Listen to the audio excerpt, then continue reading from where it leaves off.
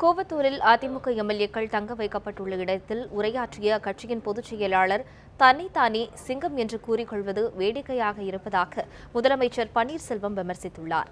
இது தொடர்பாக கிரீன்வே சாலையில் உள்ள தனது இல்லத்தில் செய்தியாளர்களிடம் பேசிய அவர் அதனை தெரிவித்தார். யாராவது இங்க இருக்கிறவங்க யாராவது ஒருத்தர் அது ஆண்களாக இருந்தாலும் தாய்மார் இருந்தாலும் தன்னை பார்த்து நான் சிங்கம் என்று சொல்வார்களா? யாராவது சொன்னாங்களா?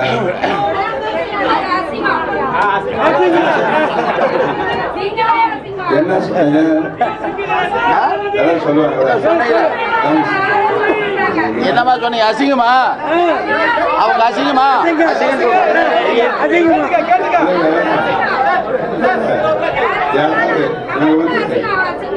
இவங்க வந்து பேட்டியில் போனோமா, தொலைக்காட்சி போனோம், நான் சிங்க வரேன் சிக்க வரேன் போவது எப்படி இருக்கு தெரியுமா? வடிவேல் ஒரு படத்துல